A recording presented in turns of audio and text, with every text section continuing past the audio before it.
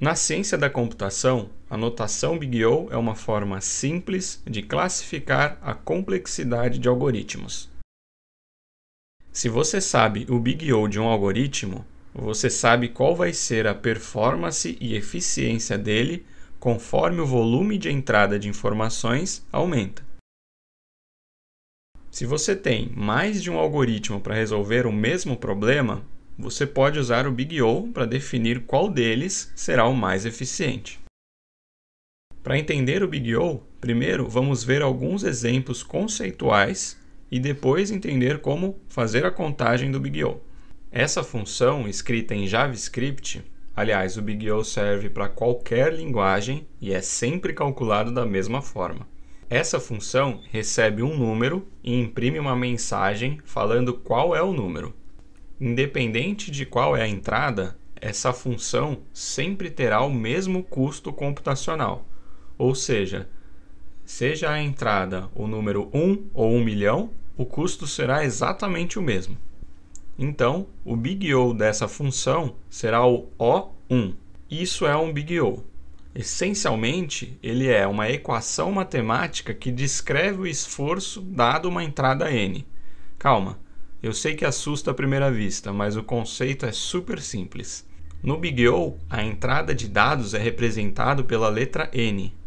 Como nesse caso o Big O é uma constante independentemente da entrada, ou seja, independentemente de n, o n não aparece aqui. Então podemos interpretar esse Big O como, dado uma entrada n, o custo sempre será 1, constante.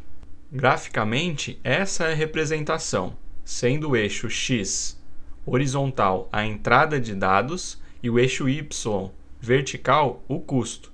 Ou seja, independentemente da entrada, o custo do algoritmo será sempre o mesmo. Vamos ao segundo exemplo. Agora, antes de imprimir a mensagem final, o algoritmo imprime de 1 até o número especificado. Então, se a entrada for 1, ele vai executar bem rápido, mas se a entrada for 1 milhão, ele vai demorar alguns segundos, porque ele vai imprimir todos os números de 1 a 1 milhão antes de imprimir a mensagem final. Logo, percebemos que o custo dessa função não é mais constante, ele varia conforme a entrada. Quanto maior for a entrada, maior será o tempo de execução. Para esse laço simples, o Big O é O de n, pois dado uma entrada n, o custo será linearmente proporcional à entrada. Ou seja, o número 10 terá um custo 10 e o número 20, que é o dobro, terá o custo 20, um custo dobrado, e assim por diante. Graficamente, essa é a representação. O custo de execução aumenta linearmente com o valor de entrada.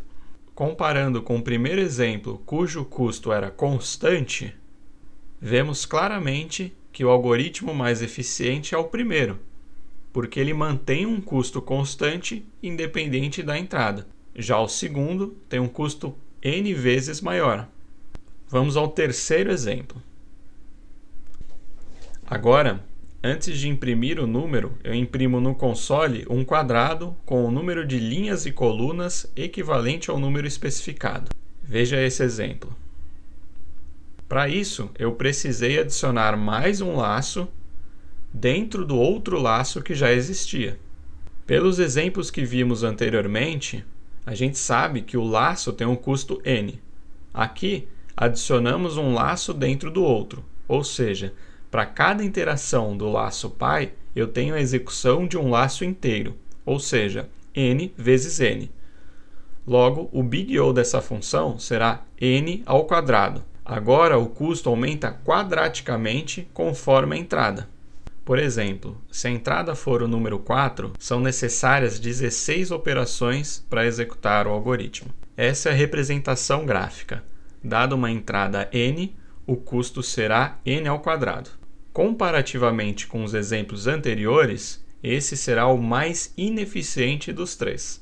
No final do vídeo, eu vou otimizar esse algoritmo para ele continuar imprimindo o quadrado, porém com um custo bem menor. Também vou deixar um desafio. Agora que você já viu como interpretar a notação Big O, vamos ver algumas regras para fazer a contagem. A primeira regra é para ignorar as constantes. No primeiro exemplo, em que só imprimimos uma frase, apesar do custo ser constante, existe um certo custo. O computador vai levar um tempo para imprimir aquela frase, e esse tempo será sempre o mesmo para qualquer entrada, mas existe um tempo. Para a notação Big O, você não precisa se preocupar em determinar esse número, pois as constantes são desconsideradas. Então, ao invés de ser um número que representasse o custo daquela impressão da frase, como um O 0.312, por exemplo, simplesmente omitimos as constantes, sobrando apenas o número 1. Também ignoramos os termos de ordem menor. No segundo exemplo, ele faz um laço, mas também imprime a frase. Então, o Big O não deveria ser 1 mais n? Não, pois o Big O também é desconsiderado os termos de ordem menor. Ou seja, no caso, o 1 é desconsiderado, deixando apenas o de ordem maior, o n. A terceira regra é considerar sempre o pior cenário. Ou seja, se tivesse um if e só entrasse no laço caso o número fosse par, para o Big O sempre consideramos o pior cenário. Ou seja, consideramos o cenário em que ele entra no laço. Para calcular o Big O de uma função, você precisa entender como que o código interage com a entrada de informações. Em linhas gerais, uma operação fixa que independe do volume de entrada tem um custo unitário, O1. Um laço que percorre todas as entradas tem um custo ON. Também existe um custo um pouco mais incomum, que é o logaritmo de n. Esse custo é quando o algoritmo tem um comportamento próximo de dividir para conquistar. Como, por exemplo, buscar um nome numa lista telefônica. Você não precisa percorrer a lista inteira, mas apenas percorrer o trecho que começa com a mesma letra do que o nome que você está procurando. Então você acaba dividindo a lista telefônica e executa a busca somente num trecho pré-determinado. No mais, os algoritmos, o Big O dos algoritmos, serão uma combinação dessas possibilidades, como o n ao quadrado, que é basicamente um laço dentro do outro. Voltando à otimização do algoritmo que citamos anteriormente. Então aqui, esse algoritmo, para ele imprimir o quadrado com os números, ele tem um laço dentro do outro. O laço interno calcula a linha e o laço externo imprime uma linha para cada unidade do número informado. Mas note que o conteúdo da linha será sempre o mesmo, então eu não preciso recalculá-lo toda vez. Eu posso fazer esse cálculo antes, fora do laço, e depois simplesmente imprimir as linhas. Logo, o novo custo seria 2 vezes n, porque temos dois laços simples que percorrem todos os números de entrada.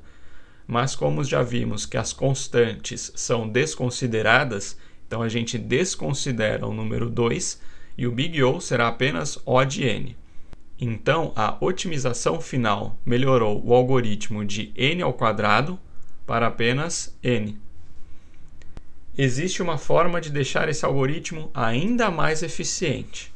Deixe aí no comentário se você descobrir qual que é essa forma. Se ninguém descobrir depois de um tempo, eu coloco aqui nos comentários. Por esse vídeo é isso, pessoal. Obrigado e até a próxima.